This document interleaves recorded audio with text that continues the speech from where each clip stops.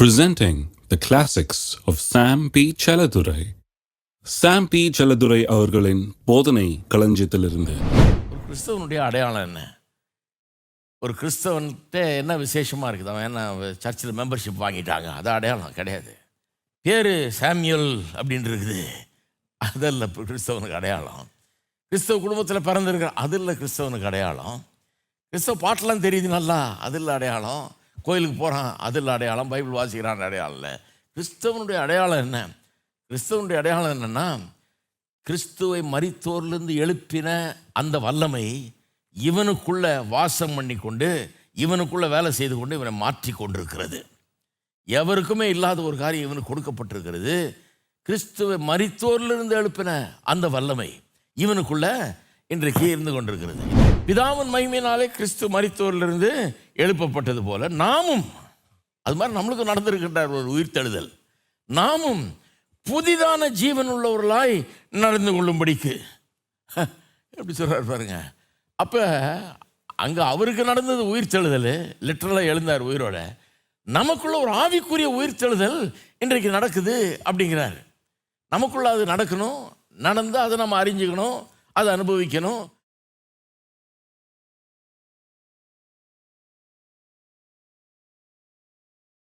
அவருக்கு ஏற்பட்ட உயிர்த்தெழுதல் மாதிரி நமக்கு ஏற்படணும். ஏன்னா அவர் சரீரப்பிரகாரமாக செத்தார், உயிரோட எழுந்தார். நமக்குள்ள என்ன மாதிரி உயிர்த்தெழுதல் நடக்குது? நம்ம ஆவிக்குரியபடி அதே விதத்தில் செத்து இருக்கிறோம். நாம் ஆவிக்குரிய ஒரு உயிர்த்தெழுதலை அடைய வேணும். அப்போ இந்த ஆவிக்குரிய சாவு அதனுடைய அடையாளங்கள்லாம் என்ன அதுன்றதை இங்கே சொல்லியிருக்குது. அதை நான் வாச காமிக்கிறப்போ, ஆவிக்குரியபடி ஒருத்தர் செத்து இருக்கிறான்றதுக்கு என்ன அடையாளம்? ஒரு ஆள் இன்னைக்கு செத்து கிடந்தா கையை பிடிச்சி பார்ப்பாங்க, பல்ஸ் இருக்கானே, இருதயம் துடிக்குதான்னு பார்ப்பாங்க, எல்லாம் பல விதத்தில். டாக்டராக இருந்தால் பல செக்கப் பண்ணுவார். செத்து தான் போனான்னா என்னன்னு சும்மா ஒன்றும் சர்டிஃபிகேட் கொடுத்துட மாட்டாங்க இல்லையா? ஆள் செத்தாச்சான்றதை உறுதிப்படுத்திட்டு தான் கொடுக்குறாங்க. அதுக்கு பல இது இருக்குது, அறிகுறிகள் இருக்குது. அதுபோல் ஆவிக்குரியபடி செத்தவனுக்கும் அறிகுறிகள் இருக்கிறது. ஆவிக்குரியபடி உயிரோடு இருக்கிறவனுக்கும், ஜீவனை பெற்றிருக்கிறவனுக்கும், வாழ்வை பெற்றிருக்கிறவனுக்கும் அறிகுறிகள் இருக்குது. ஒருத்தன் ஆவிக்குரியனா, ஆவிக்குரிய ஜீவன் அவனுக்குள்ளே இருக்குதான்னு அதுக்கும் அறிகுறிகள் இருக்குது. உயிரோடு தான் இருக்கிறானா அப்படிங்கிறது. அப்போ ஆவிக்குரியபடி செத்தவனுடைய அடையாளத்தை நீங்கள் வாசிக்கிறேன் பாருங்க. கலாத்தியரில் 5ஆம் அதிகாரத்தில் 19ஆம் வசனத்திலேருந்து வாசிக்கிறேன். கலாத்தியர் 5:19. மாம்சத்தின் கிரியைகள் வெளியரங்கமாய் இருக்கின்றன. அவையாவன விபச்சாரம், வேசித்தனம், அசுத்தம், காம விகாரம், விக்கிரகாராதனை, பில்லி சூனியம், பகைகள், விரோதங்கள், வைராக்கியங்கள், கோபங்கள், சண்டைகள், பிரிவினைகள், மார்க்க பேதங்கள், பொறாமைகள், கொலைகள், வெறிகள், களியாட்டுகள் முதலானவைகளே.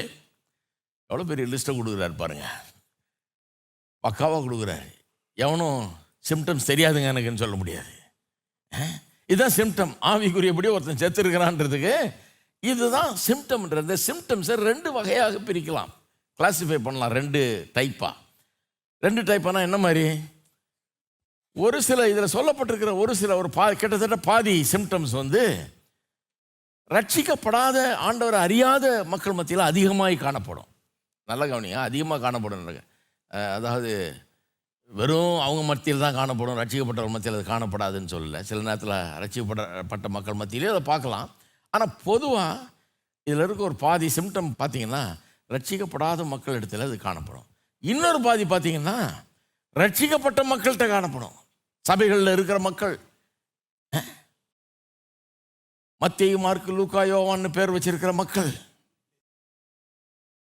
கிறிஸ்தவ சபையில் அங்கத்தினர்களாக இருக்கிற மக்கள் மத்தியில் காணப்படும். நான் சொல்கிறேன் எந்த இதுன்னு 2 வகையாக பிரிக்கலாம். அவிசுவாசியாக இருக்கிற கடவுளே அறியாத ஒரு மனுஷன்கிட்ட சில சிம்டம்ஸை பார்க்கலாம். பொதுவாக அவங்கள்ட்ட தான் அதிகமாக இந்த இப்போ நான் சொல்ல போகிற சிம்டம்ஸை பார்க்கலாம். இதிலேருந்தே பிக் பண்ணி வாசிக்கிறேன் பாருங்கள். விபச்சாரம், வேசித்தனம், அசுத்தம், காம விகாரம், விக்கிரகாராதனை, பில்லி சூனியம், அப்புறம் கொலைகள், வெறிகள், களியாட்டுகள். இதெல்லாம் பொதுவாக கர்த்தரே அறியாத ஒரு மக்கள், கர்த்தரை அறியாமல் வாழ்கிறவங்க, மனம் போன போக்கில் வாழ்கிறவங்க, எல்லா இன்பங்களையும் அனுபவிக்கணும், இதுதான் வாழ்க்கை அப்படின்னு நினச்சி ஒரு ஹீடனிஸ்டிக் ப்ளஷரில் வாழ்கிறவங்க, அந்த மாதிரி ஒரு ப்ளஷரில் வாழ்கிற அந்த மாதிரி ஆட்கள் அவங்க மத்தியில் இதெல்லாம் பார்க்கலாம். இதெல்லாம் பண்ணுவாங்க. அவங்க இதெல்லாம் நிறைய அவங்க மத்தியில் இருக்கும். எல்லாருக்கும் இல்லைன்னா சில காரியங்கள் அதில் இருக்கும் அவங்கள்ட்ட. அதுக்கு பேர் போனவர்களாக இருப்பாங்க அவங்க. மீதி உள்ள ஐட்டம்ஸ் சிலதெல்லாம் விட்டுட்டேன். அது வந்து கிறிஸ்தவ விசுவாசிகளாக இருப்பாங்க, ஒருவேளை ஞானஸ்தானம் எடுத்து ரட்சிக்கப்பட்டு ஞானஸ்தானம் எடுத்து கோயில்கள்லாம் போயிட்டு இருப்பாங்க, அவங்க மத்தியில் இருக்கும். அது சபைக்கு போகிற ஜனங்கள் மத்தியில் இருக்கும். சில நேரத்தில் பல்வேறு சபைகள் அதை பார்த்துருக்கலாம். சிலர்லாம் சில சபைகளில் இருந்து அதை பார்த்துட்டு ஐயோ என்ன கிறிஸ்தவங்க இப்படி இருக்காங்களே அப்படின்னு சொல்லி ஆச்சரியப்பட்டு போய் ஆளை விடுங்கப்பா நான் போகிறேன்ட்டு போயிட்டவங்கலாம் இருக்கிறாங்க. சபையே வேணாம், ஆண்டவரே வேணாம் போன்னு. ஏன்னா என்னத்தை பார்த்தாங்க? வாசிக்கிறேன் பாருங்க, 20ஆம் வசனத்தில் பாதியிலேருந்து வாசிக்கிறேன், 2வது லைன்லேருந்து. பகைகள் பார்த்துருக்கீங்களா? கிறிஸ்தவர் மத்தியில் பகைகள், விரோதங்கள், வைராக்கியங்கள், கோபங்கள், சண்டைகள், பிரிவினைகள், மார்க்க பேதங்கள் பார்த்துருக்கீங்களா? பொறாமைகள். ஆஹா,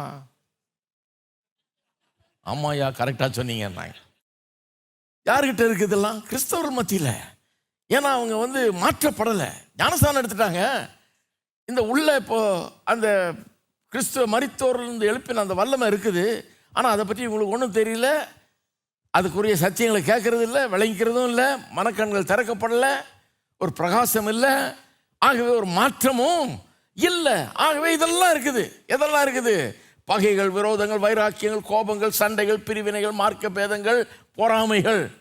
இதன் மத்தியில் சிலர்லாம் சிக்கி சில சபைகளில் அவதிப்பட்டு ஐயோ ஆளை விடுங்க நான் போயிட்டு வர்றேங்க, வேணவே வேணாம், சபையும் வேணாம், ஒன்றும் வேணாம் அப்படின்னு போயிடுறாங்க. ஏன்னா கிறிஸ்தவர் மத்தியில் இதெல்லாம் இருக்குதுன்னு சொல்லி.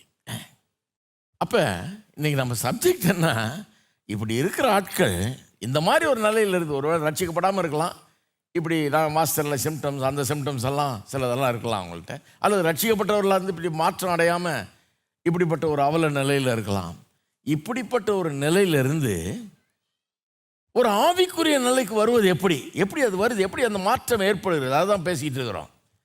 சரி, செத்தவனுக்கு அடையாளம் சொல்லிட்டேன். இப்போ அவனுடைய அறிகுறிகள் என்னன்னு சொல்லிட்டு, செத்துருக்கிறான்றதுக்கு ஆவிக்குரியபடி, ஆவிக்குரியபடி ஜீவனை பெற்றிருக்கிறான், உயிரை பெற்றிருக்கிறான்றதுக்கு என்ன அடையாளம்? 22ஆம் வசனத்திலிருந்து வாசிக்கிறேன். ஆவியின் கனியோ அன்பு, சந்தோஷம், சமாதானம், நீடிய பொறுமை, தயவு, நற்குணம், விசுவாசம், சாந்தம், இச்சையடக்கம். எப்படி சொல்லியிருக்கு பாருங்க, என்ன அருமையா சொல்லியிருக்கு. அப்போ உயிரோடு இருக்கிறான் ஒரு மனுஷன், ஆவிக்குரிய ஜீவன் அவனுக்குள்ளே இருக்குது, ஏதோ ஒரு மாற்றம் நிகழ்ந்திருக்கிறது, அவன் மாற்றப்பட்டிருக்கிறான், மாற்றப்பட்டு கொண்டே இருக்கிறான், உள்ள ஜீவன் வந்துருச்சு, அது இன்னும் அதிகமாகிட்டே இருக்குது. அதோடைய அறிகுறியில் பார்க்க முடியுது. அப்படின்னா என்னத்தை பார்க்குறோம்? அன்பு, சந்தோஷம், சமாதானம், நீடிய பொறுமை, தயவு, நற்குணம், விசுவாசம், சாந்தம், இச்சையடக்கம், இதெல்லாம் பார்க்குறோம். பாருங்க, ப்ளூரலில் சொல்ல ஆவிக்குரிய கனிகள்னு சொல்ல, ஆவிக்குரிய கனின்னு சொல்லியிருக்குது. ஏன் ஆவிக்குரிய கனின்னு சொல்லியிருக்குது? 9 கனி 9 விதமாக சொல்லியிருக்குது. ஆனால் ஒன்று தான், அந்த ஒன்று 9 பரிமாணங்களாக வருது. அந்த ஒன்று என்ன? ஒரு ஆவிக்குரிய மனுஷனுடைய அந்த ஆவிக்குரிய நிலைமை, பரிசுத்தம். கர்த்தருடைய பிள்ளையாயிட்டான் அவன். இப்போ அவனுக்குள்ள ஒரு பெரிய மாற்றம் வந்துருக்குது, பரிசுத்தவானாக இருக்கிறான். அந்த பரிசுத்தம் இந்த 9 விதங்களில் வெளிப்படுகிறது. எந்த 9 விதங்களில்? அன்பு, சந்தோஷம், சமாதானம், நீடிய பொறுமை, தயவு, நற்குணம், விசுவாசம், சாந்தம், இச்சை அடக்கம் என்று இப்படி வெளிப்படுகிறது. இதை ஒரு லைனில் டக்குன்னு விளக்கிறேன். அன்பு, அன்புனா என்னங்க? அன்புனா என்னன்னா, நம்முடைய உள்ளத்தை திறந்து கொடுத்து இன்னொரு மனிதரையோ அல்லது மனுஷியோ உள்ளத்தை திறந்து கொடுத்து அவர்களை வேற எதுக்காக இல்லை, அவங்கள்ட்ட நமக்கு என்ன கிடைக்கும், அவங்க எந்த விதத்தில் நமக்கு பயன்படுவாங்க அப்படின்னு யோசித்து அவங்கள அன்பு கூறுறது இல்லை, அவங்களுக்கு நன்மை செய்கிறது இல்லை. அவங்க ஒரு மனுஷர், ஆகவே நம்ம போல் ஒரு மனுஷராக இருக்கிறாங்க, ஆகவே அவர்களை அன்பு கூறுறோம், அதை மதித்து அதனால அவர்களுக்கு நல்ல காரியங்களை செய்கிறோம். அதுதான் அன்பு. அன்புன்னா வேற அல்டீரியர் மோட்டிவ் கிடையாது, வேற ஏதோ நோக்கம், உள்நோக்கம் கிடையாது. மனுஷன், ஆகவே மதிக்கிறேன், ஆகவே அன்பு கூறுறேன், ஆகவே நல்லது செய்கிறேன் அப்படின்னு அன்பு கூறுறது தான் அன்பு. இந்த அன்புக்கு ஆப்போசிட் என்ன? லவ்னு ஆங்கிலத்தில் சொல்கிறோம் இல்லையா, அதுக்கு ஆப்போசிட் என்ன? ஹேட்டுன்னு சொல்லுவோம் சிம்பிளாக. ஆனால் வேதம் அப்படி சொல்லலை. அதுக்கு தான் வேத வசனத்துக்கு வர்றது நல்லது. வேத வசனம் வேறு மாதிரி போதிக்குது. 1 யோவான் 4ஆம் அதிகாரத்தில், 1 யோவான் 4ஆம் அதிகாரம் 18ஆம் வசனம் அன்புக்கு ஆப்போசிட் என்னன்னு சொல்லுது. ஆச்சரியப்படுவீங்க பாருங்க. அன்புக்கு ஆப்போசிட் என்ன? அன்பிலே பயம் இல்லை, பூரண அன்பு பயத்தை புறம்பே தள்ளும். புறம்பே தள்ளும் ரொம்ப ஸ்ட்ராங் வேர்டு. அன்பு வந்துருச்சுன்னா பயத்தை தூக்கி எறிஞ்சிருமா. இட் காஸ்ட் அவுட் ஃபியர்ன்றது ஆங்கிலத்தில் ரொம்ப ஸ்ட்ராங் எக்ஸ்பிரஷன். அன்பு இருக்கிற இடத்துல பயம் இருக்காது அப்படின்னு சொல்லியிருக்கலாம். புறம்பே தள்ளும்னா இது வந்து இருக்க விடாது. அன்பு இருக்கிற இடத்துல பயத்தை இருக்க விடாது. அப்போ அன்புக்கு ஆப்போசிட் என்ன? அன்புக்கு ஆப்போசிட் வெறுப்பு இல்லை, ஹேட்டு கிடையாது. அன்புக்கு ஆப்போசிட் வந்து இந்த பயம் என்கிறது.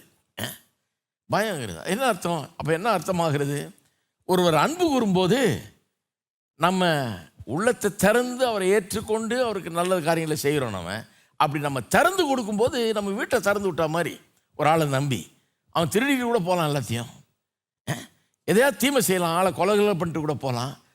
ஒருத்தனுக்கு வீடை நம்பி திறந்து கொடுக்கும்போது அதன் மூலமாக பல பாதகங்கள் ஏற்படலாம். நமக்கு ரிஸ்க்கு.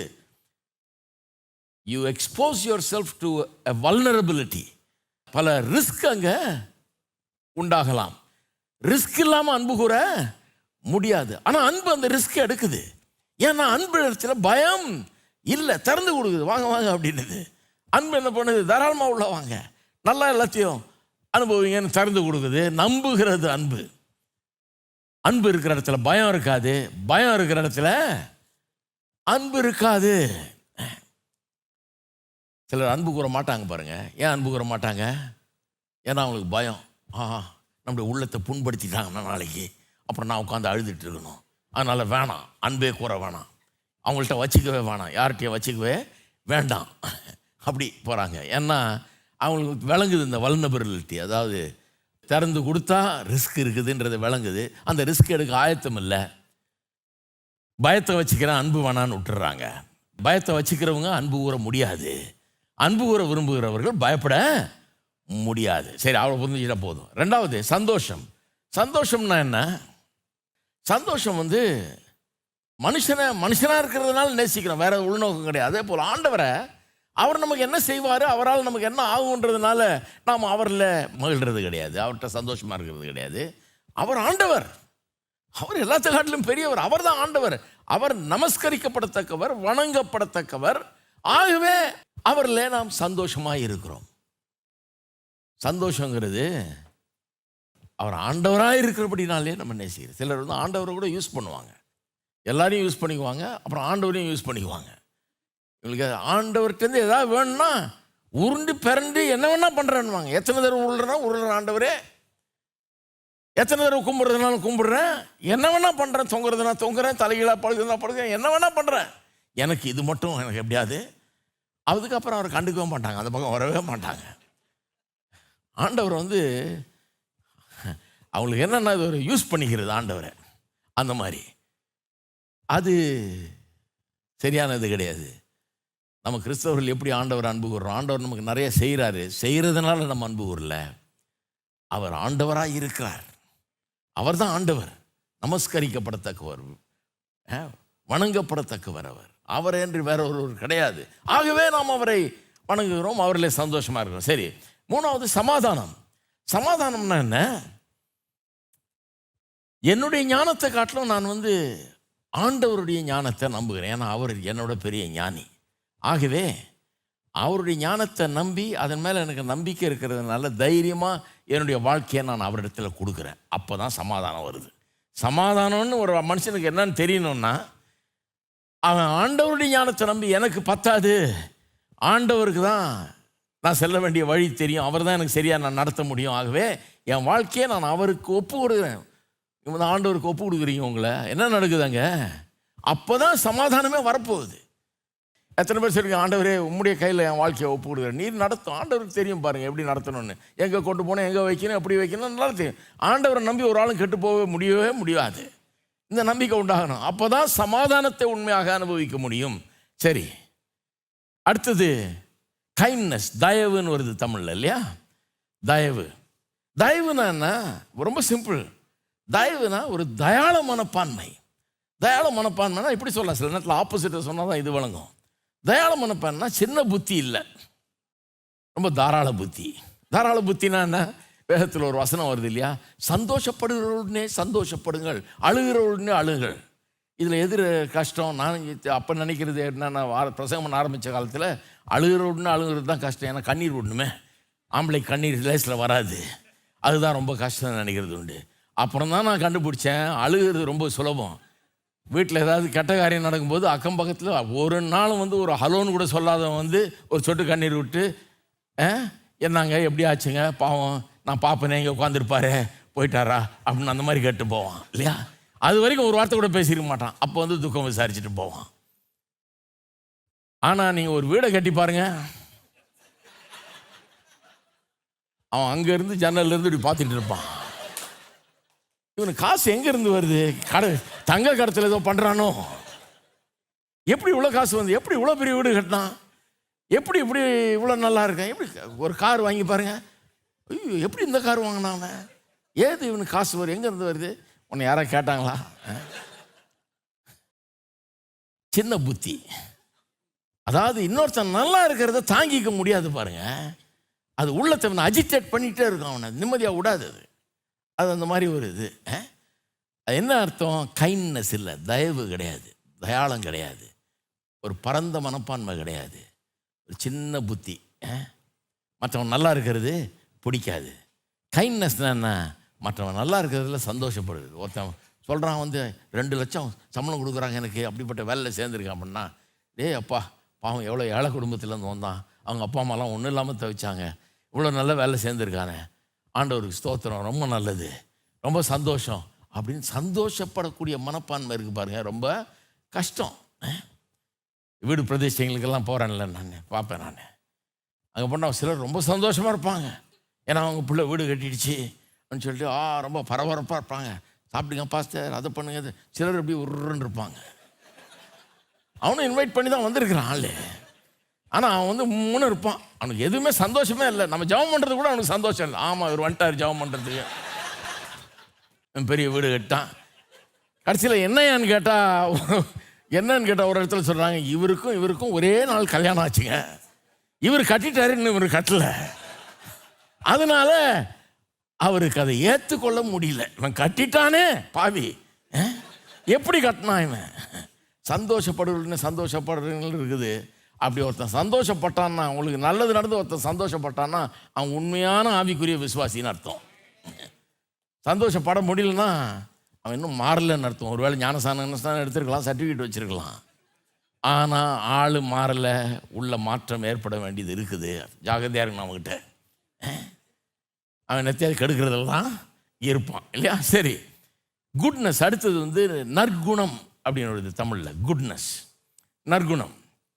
அதுதான் என்ன அப்படின்னா, ஆனஸ்டி, இன்டெகிரிட்டி, சின்சியரிட்டி, அதாவது உண்மைத்தன்மை, உண்மையாக இருக்கிறது. இது ஒரு நல்ல ஒரு அடையாளம் பாருங்க, கிறிஸ்தவனுக்கு ஒரு நல்ல அடையாளம் நற்குணம்ங்கிறது. குணம் அவனுக்கு ரொம்ப சிறந்த குணமாக இருக்கிறது. ஆனஸ்டாக இருக்கிறான். ஆனஸ்டாக இருக்கிறதுனா என்ன? ஆனஸ்டாக இருக்கிறதுனா அவன் சொன்னதை செய்கிறவன், உண்மைத்தன்மை இருக்கிறது அவனிடத்தில், போலித்தன்மை கிடையாது, போலித்தனம் கிடையாது, உண்மைத்தன்மை அவன்கிட்ட இருக்கிறது. சரி, அடுத்தது ஃபெய்த்ஃபுல்னஸ். ஃபெய்த்ஃபுல்னஸ்ன்றது தமிழில் விசுவாசம்னு மொழிபெயர்த்திருக்கிறாங்க. விசுவாசம்னா என்ன? டிபெண்டபிலிட்டினா நம்பகத்தன்மை. ஒரு காரியத்தை செய்கிறேன்னு சொன்னா நிச்சயமாக செய்வான், முழு மனதோடு செய்வான், அரைகுறையாக செய்ய மாட்டான், முற்றிலுமாக செய்வான், கரெக்டாக செய்வான். அப்படிப்பட்ட ஆள் தான் ரொம்ப விசுவாசமான ஆள். விசுவாசமான ஆள் நீங்கள் போகிறலாம் நின்று கும்பிடு போடுறவன் அவன் இல்லை. விசுவாசமான ஆள் அவன் கும்பிடு போடுற மாஸ்டர். அவன் இதே தெரிஞ்சிருக்கிறான். ஏன் ஹோட்டலில் போய் கதவு திறக்கிற வேலையில் இருக்கணும், அவன் பேசாமல் கும்பிடு போட்டே இருக்கணும். அவன் நம்பவே கூடாது பாருங்க. அவன் சும்மா அவனுக்கு ஏதாவது வேலை ஆகணுன்ட்டு அதை கும்பிடு போட்டே இருப்பான், சல்யூட் அடிச்சுக்கிட்டே இருப்பான், இதை போகிறப்ப ஏதாவது கொடுத்துட்டு போவாங்க, அந்த மாதிரி ஒரு இது. இவன் என்ன எப்படிப்பட்ட ஆள்? ஃபெய்த்ஃபுல்னஸ்ன்றது விசுவாசம். அவன் ஒரு வேலையை கொடுத்தாங்கன்னா அதை முழு மனதோட முழு பலத்தோட செஞ்சு முடிக்கக்கூடிய. அடுத்தது ஜென்டில்னஸ் தமிழில் எப்படி வருது? சாந்தம்னு வருது இல்லையா? அது கொஞ்சம் போர் டிரான்ஸ்லேஷன்றாங்க. டிரான்ஸ்லேஷன் அவ்வளோ சரியில்லைன்றாங்க. தாழ்மைன்னு வந்தால் தான் அது நல்லா வரும்ன்றாங்க. தாழ்மைனா என்ன? சில கிறிஸ்தவங்க நினச்சிட்டு இருக்காங்க தாழ்மைனா என்னன்னா எங்கே போனாலும் சாட்சி சொல்ல எந்திரிச்சா கர்த்தருக்கு ஸ்தோத்திரம், நான் உண்மையிலேயே கால் தூசிக்கு சமம், நான் ஒன்றுமே கிடையாது. அது முதல்ல சொல்லிடணும். ஏன்னா தாழ்மைன்னு காமிட்டுமே. யாரோ சொல்லி கொடுத்துறாங்க இதுதான் என் தாழ்மை, ஒன்றை முதல்ல தாழ்த்து போ, தாழ்த்துன்னு போட்டு தலையிலே அடித்து எந்திரிச்சோன்னே நான் ஒன்றும் கிடையாது, நான் ஒன்றுமே கிடையாது அப்படின்றத சொல்லுவாங்க. அது தாழ்மை இல்லைங்க. உங்களை தாழ்த்தி பேசுறது, உங்களை ஒரு குப்பை மாதிரி நீங்களே சொல்லிக்கிறது, உங்களை ஒன்றும் இல்லைன்னு சொல்லிக்கிறது தாழ்மை கிடையாது. உங்களை பற்றியே நினைக்காம இருக்கிறீங்க பாருங்க, அதுதான் தாழ்மை. சில ஆளுங்க இருக்காங்க பாருங்க, 100 பேர் இருப்பான், ஆனால் இவன் அங்கே போனான்னா அவன் 100 பேரில் ஒருத்தனை பற்றி கூட இவனுக்கு நினைவு கிடையாது. அவனுக்கு என்ன ஆச்சுன்றதை பற்றி கிடையாது, தன்னை பற்றி தான். என்னை பற்றி ஜனங்க என்ன நினைக்கிறாங்க, நீங்கள் எதையோ ஒன்று பேசிகிட்டு இருப்பீங்க, எதையோ சொல்லிட்டு இருப்பீங்க, சொல்லுவான் உங்கள் வார்த்தை என்னை ரொம்ப புண்படுத்திடுச்சு. என்னையா உன்னை பற்றி நீ இருக்கிறதே எனக்கு தெரியாது, உன்னை நான் பார்க்கவே இல்லை, உன்னை பற்றி நான் பேசவே இல்லையே. இல்லை நீங்கள் என்ன தான் சொல்லியிருக்கீங்க, அந்த வார்த்தை என்னை எப்படி கூத்துச்சு தெரியும். அடப்பாவி, நான் உன்னை பேசவே இல்லையா அப்படின்னா அவனுக்கு என்னன்னா அவன் வந்திருக்கான், அவன் என்ன பார்க்கல, என்னை பற்றி அவனுக்கு கவலை கிடையாது. 100 பேர் வந்திருக்காங்க, அதை பற்றி கவலை கிடையாது. அவன் தன்னை பற்றி, என்னை பற்றி ஜனங்க என்ன நினைக்கிறாங்க, என்னை பற்றி என்ன பேசுகிறாங்க. பெருமைக்காரன், தான் உலகம் நினச்சிட்டு இருக்கிறான், தான் எல்லாரோட முக்கியம் நினைக்கிறான். அப்போ அவனுக்கு அப்படிப்பட்ட ஆளுங்க பாருங்க, அப்படியே எந்நேரமும் அவனை ஜாக்கிரதையாக இருக்கணும். கோச்சிக்குவான், சிட்டுன்னு இருப்பான். ஏதாவது என்ன சொன்னாலும் அவனுக்கு கோவம் வந்துடும், என்ன செஞ்சாலும் கோவம் வந்துடும். சொல்ல அப்படி தான் போனார், எனக்கு ஒரு வணக்கம் சொல்லாமல் போயிட்டாரு, வேணுன்னே அந்த பக்கம் திரும்பிட்டு போயிட்டார். அடப்பா கவனிக்கவே இல்லையே அவன். நான் அது ஒரு அந்த மாதிரி ஒரு புத்தி. அது தாழ்மை இல்லை. தன்னை பற்றியே ப்ரீஆக்கியபைடாக இருக்கிறது, தன்னையே பெருசாக நினைக்கிறது, அதுதான் பெருமை. மற்றவங்களையே நினைக்கிறது, மற்றவங்கள பற்றி கரிசனை உள்ளவர்களாக இருக்கிறது, அது தாழ்மை.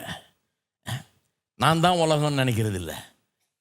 உலகங்கிறது நம்மளை காட்டிலும் ரொம்ப பெருசு அப்படிங்கிறத அங்கீகரிக்கிறது தான் தாழ்மை. சரி, செல்ஃப் கண்ட்ரோல்னா இச்சை அடக்கம் அப்படின்னு தமிழில் வருது. இச்சை அடக்கம்னா என்ன? It's the ability to always choose the important thing over the urgent thing. பரபரப்பாக செய்ய வேண்டியதாக போச்சுங்க, என்ன பண்ணுறது, கட்டாயமாயிடுச்சு, செஞ்சு விட்டேன் அப்படின்ற ஆள் இல்லை இவன். நிதானமாக அலசி ஆராய்ஞ்சு எது முக்கியம், இதை செய்யணுமா அதை செய்யணுமா, எதை செய்யணும், எது சரி அப்படின்னு தீர்மானம் பண்ணி செய்கிறவன். ஏதோ கால கட்டாயத்தினால ஒரு அவசரத்தில் பரபரப்பில் ஒன்று செய்கிறவன் கிடையாது. யோசித்து தீர்மானித்து கரெக்டாக எது முக்கியம்னு பார்த்து அதை செய்கிறவன், அதான் செல்ஃப் கண்ட்ரோல்.